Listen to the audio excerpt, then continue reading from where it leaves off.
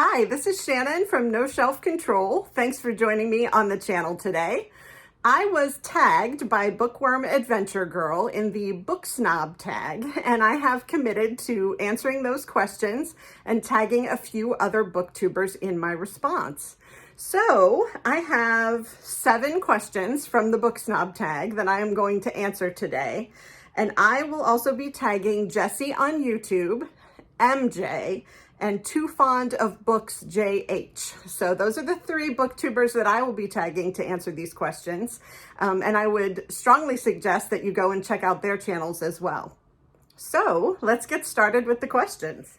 The first question from the Book Snob prompt is the Adaptation Snob. It says, do you always read the book before you see the movie? Well, generally I do. I almost always read the book before I see the movie. I am that kind of adaptation snob. The one exception is that I was introduced to the Hunger Games first movie before I had ever even heard of the books. So I saw the movie, loved it, and went out and got all of the books and read them straight through. I then went back, of course, and saw the rest of the movies, but it was actually the movie of the Hunger Games that introduced me to the book. So that's the one exception for me. Maybe The Fault in Our Stars might have been another one. I may have seen that movie before I actually read the book, but I'm not sure about that. I don't know if I'm remembering that correctly. But in general, yes, I read the book before I see the movie. The one that's on my horizon right now is I've read A Man Called Uva, and I would love to go and see A Man Called Otto, but I have not done that yet, so we'll see what happens. The next question is Format Snob. Question number 2, Format Snob. You can only choose one format in which to read books for the rest of your life. Which one do you choose? Physical books, ebooks, or audiobooks? This is actually a pretty easy one for me. Even today, I read everything pretty much on ebook. I have an audiobook going and I have a hard copy book that I may pick up here and there, but pretty much everything I read is ebook. I have a fairly hefty sized phone. It's not that big, but my phone is, fairly well sized, and I can read my Kindle app directly from my phone. So if I'm in line at school waiting to pick up, if I'm at the bank, who goes to the bank? Why did I say that? If I'm in line somewhere, I can pick up my phone and read the book that I'm working on my Kindle app. So as far as Format Snob is concerned, I would definitely be in the ebook camp. So question number 3 is Ship Snob. Would you date or marry a non-reader? Well, truth be told, I think I did marry a non-reader. He was not a reader when we got together. In the past, maybe 5 or 6 years, he has started listening to a lot of audiobooks. So whenever he's in the car, he's listening to an audiobook. But his reading taste is not anywhere close to mine. We might have 11/22/63, the Stephen King book, in common. But other than that, I don't know that we have any other books that we have both read and really enjoyed. Maybe David Sedaris. We have listened to some David Sedaris together on audiobook and both really enjoyed that. We've also seen David Sedaris speak live and really enjoyed him, but really our book taste is very different. So yes, I was willing to marry a non-reader. He has since become more of a reader in the fact that he listens to audiobooks, but I guess I am not a ship snob. Number 4 is Genre Snob. You have to ditch one genre, never to be read again for the rest of your life. Which one do you ditch? Again, this is an easy one for me, and you've heard me say this before. I do not read horror. You could take horror off the face of the earth, and I would not mind one bit. I'm not somebody who likes to be jumped at. I don't think being scared for no reason is fun. I'm not into haunted houses.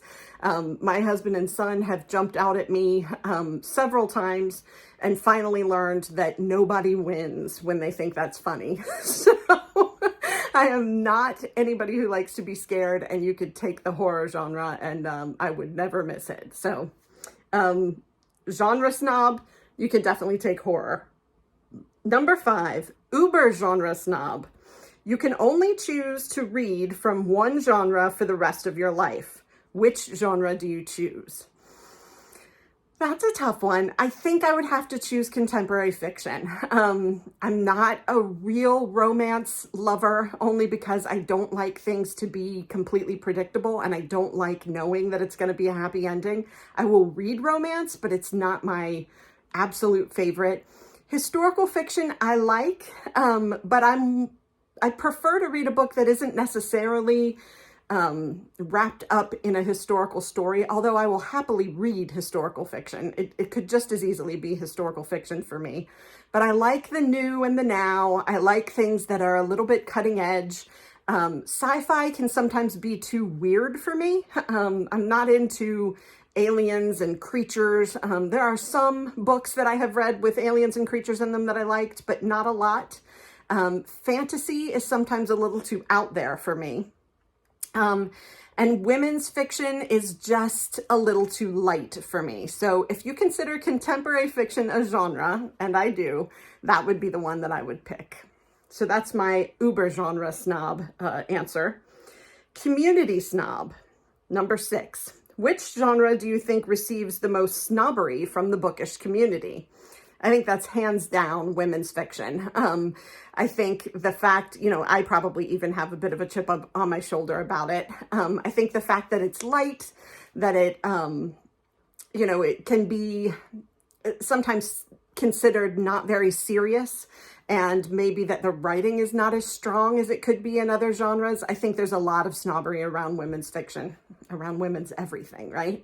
But I think that women's fiction gets the short end of the stick. I think there are some really good women's fiction books that I have read and would recommend to anyone that don't get the level of consideration that they should because they're considered chick fic or chick lit.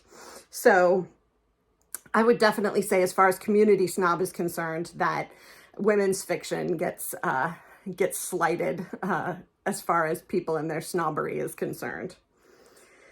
Number 7 is Snobbery Recipient. Have you ever been snubbed for something that you've been reading or for reading in general? I don't know. I think my family actually, as I was growing up, was a little disappointed that I was the nerdy girl under the tree that wanted to read a book. They were athletes.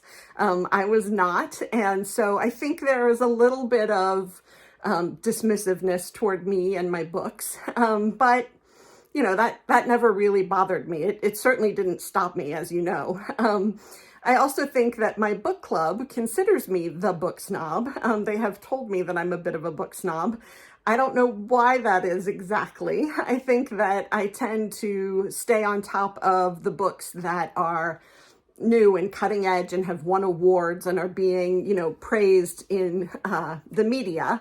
And so sometimes, rather than picking up something that is more mainstream, I tend to know about and want to talk about a book that might be considered a little bit more highbrow, and therefore my book club considers me a book snob.